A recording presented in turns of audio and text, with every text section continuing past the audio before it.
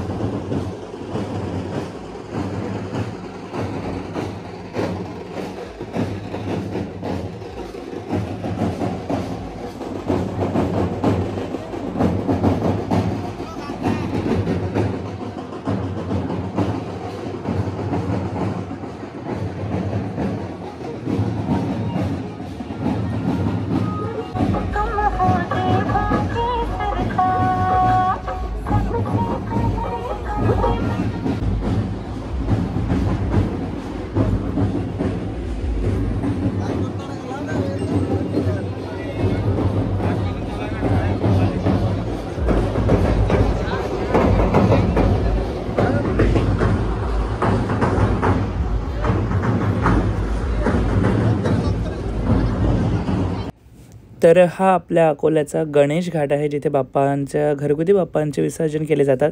आणि इथे बघू शकता काही लोकांना आलेली आहे सकाळी सकाळी बाप्पांना घेऊन गणपती विसर्जन करण्यासाठी. तर आपल्या घरचा गणपती बाप्पाचा अजून बाकी आहे, तुम्हाला दाखवणारच आहे. आपण त्या अपोजिट साईडला हरिहरपेठ साईडला देखील एक घाट असतो केलेला, तिथे छान टाके केलेले असतात, तिथे आपण गणपती बाप्पाचं विसर्जन करत असतो दरवर्षी. तर यावर्षी बघूया तिथे जायचं की आणखी कुठे, तर घरचे काय म्हणतात त्याच्यावर आपण ठरवूया. तर अतिशय युनिक बाप्पांच्या मूर्त्या आपल्याला रॅलीमध्ये देखील बघायला मिळत आहे. आपण व्लॉगमध्ये तर बघितल्याच होत्या, पण रॅलीमध्ये बाप्पांचा हा शेवटचा जो काही निरोप आहे किंवा शेवटचं जे दर्शन आहे ते आपल्याला करायला मिळत आहे. तर रामदास पेठचा चिंतामणी आणि एका लाईनने सर्व बाप्पा किती सुंदर वाटत आहेत, खूप छान दिसत आहेत. सगळे बाप्पा एका लाईनमध्ये लागलेले आहेत. आणखी खूप सारे येतात अकोल्यात गणपती, पण सर्व एक रॅलीमध्ये येत नाहीत. काही सिलेक्टेडच पेंडॉल जे असतात ते आपल्याला नेहमी दिसतात रॅलीमध्ये. तर मला तसं वाटतं सर्वांनी यायला पाहिजे, कारण सगळे एका लाईनमध्ये खूप छान वाटतात. बाप्पांना एकत्र सर्वजण निरोप देतो तर आणखी छान वाटते. पण ही रॅलीमध्ये लागल्यावर मग खूप वेळ लागतो बाप्पांची पूर्ण रॅली संपवायला, म्हणून मग खूप लोकांना घाई असते गणपती बाप्पांना घेऊन जाण्याची, किंवा मग रात्र होते, मग तिकडे विसर्जनाला लेट होतं, म्हणून मग येत नाही काही जण रॅलीमध्ये. पण बहुतेक सर्वच पेंडॉल, मोठे पेंडॉलचे जे काही बाप्पांच्या मूर्त्या आहेत ते आपल्याला नेहमीच दिसतात. आणि इथे खूप सुंदर असं बालाजीचा जे काही रूप दिसत होतं आपल्याला.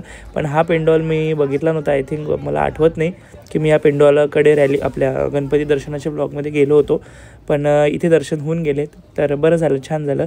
आणि इथे आपण आलेलो आता चिंतामणीकडे. तर अकोल्याचा चिंतामणी खूपच भारी असतो दरवर्षी, खूप मोठी मूर्ती असते बाप्पांची.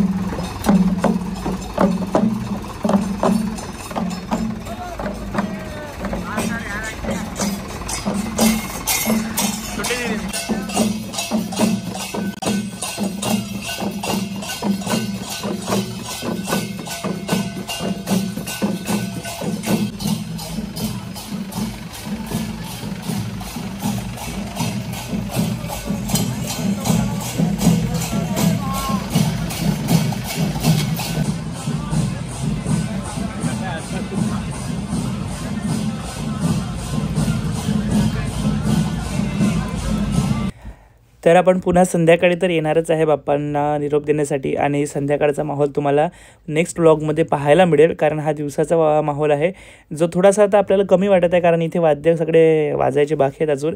सर्वांचे जेव्हा ढोल बँड आणि DJ वगैरे सुरू होतं तेव्हा खूप माहोल असतो आणि तो 3 नंतर सुरू होतो. तर तो बघण्यासाठी आपण येऊ 5:30-6ला आणि मग त्याच्यानंतर इथे संध्याकाळपर्यंत किंवा रात्रीपर्यंत थांबूया. तर तो व्लॉग थोडा लेटच होईल, म्हणजे झाला तर आज टाकेल मी किंवा मग उद्या तो व्लॉग येईल. तर तो व्लॉग पण नक्की बघा, त्याच्यामध्ये पूर्ण मजा आहे ती संध्याकाळची जी असते ती.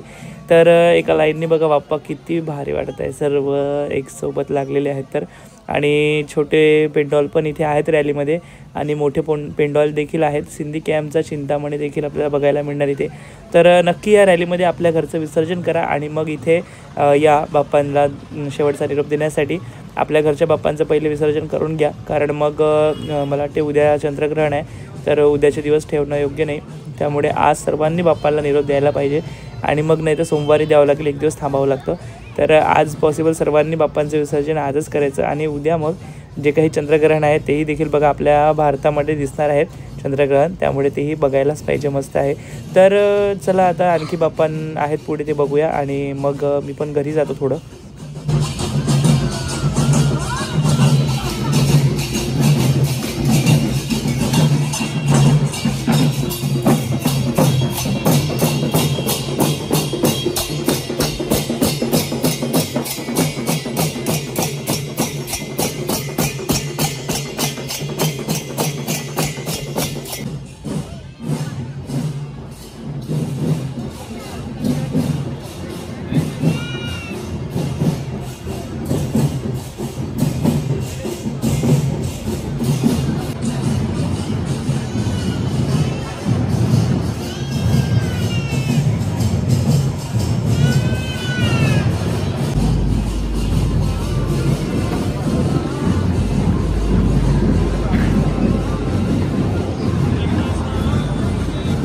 हॅलो, बस 10 मिनिटात आलो तरी.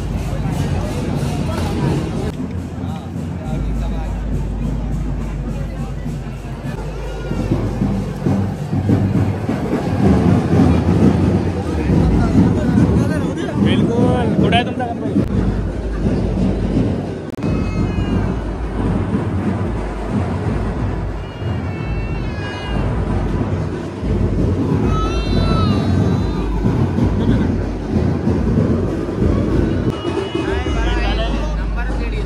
हो का?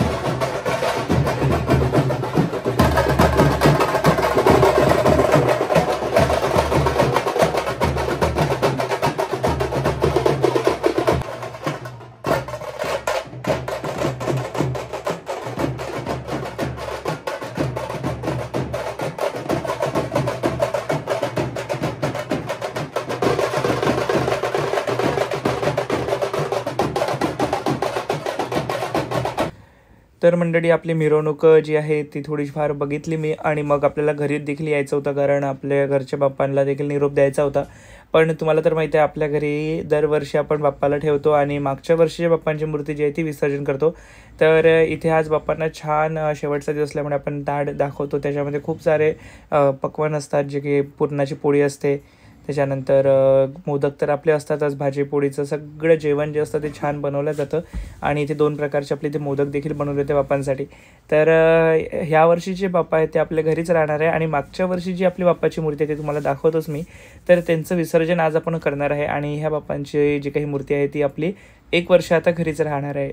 त्यामुळे या बाप्पांना मला 1 वर्ष पाहता येईल आणि आरती वगैरे आपण दररोज करतोच.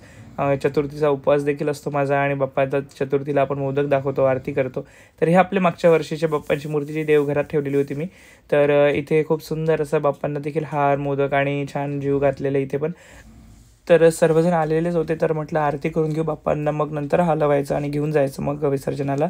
तर आता आपण फक्त बाप्पांना आरती करून घेऊया म्हटलं, कारण नैवेद्य दाखवला होता. तर चला आरती करूया आणि मग पुढचा व्लॉग जो आहे त्याच्यासाठी नक्की कंटिन्यू करा. नवीन असाल तर चॅनलला सबस्क्राईब करा, बेल आयकॉन दाबायला विसरू नका. गणपती बाप्पा मोरया. मी हे लावले कुंकाचे कुठे लावले.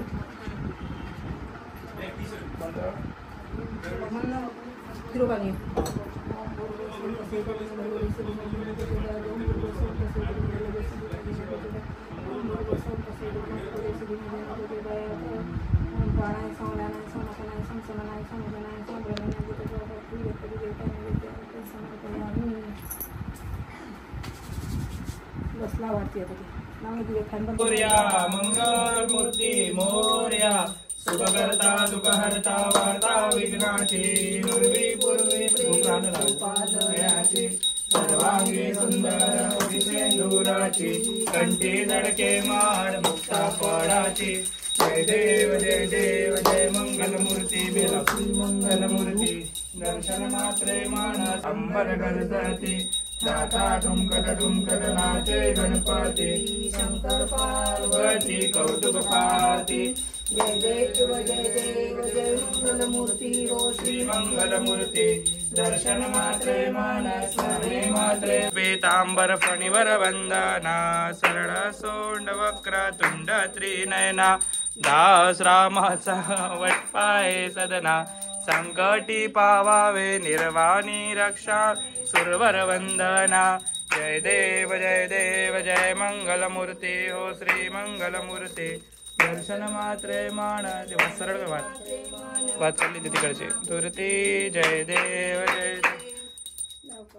काऊन झाली का झाली ना 5 अर्धे ना, शेवटचा दिवस आहे ना. सदा वसंतम हृदयारविंदे भवं भवानी स्थितं नमामि, मंदारमाला कृपालकाय कृपालमाला शिवशेखराय, दिगंबराय दिगंबराय नमः शिवाय महानिरंजन धूपाय नमः. ओम एकदंताय विद्महे वक्रतुंडाय धीमहि तन्नो दन्ति प्रचोदयात्. अश्वगिरी समशा सौजलम सिंधुपात्रे, श्रुतवर्षाका लेखनी पत्रमुरली, लिखितगिरित्वा शारदा सर्वकालं, तदपित गुणमाला लेशकालं नयाते, याते पुष्पं तुलसीवंचमाला. अंबिके यात्रा रुक्मिणी वदन्ते द्वारके राजा, इति मंत्र पुष्पांजलि समर्पयामि. गणपती बाप्पा मोरया, मंगल मूर्ती मोरया. पुढच्या वर्षी नवनाथांचे केलं का मी वडे झाले ना, वडे भेटले, वडे केले फक्त ते मुगाचे केले, सगळ्या मुगाचे होते ते दाणे मुगाचे तेच केले.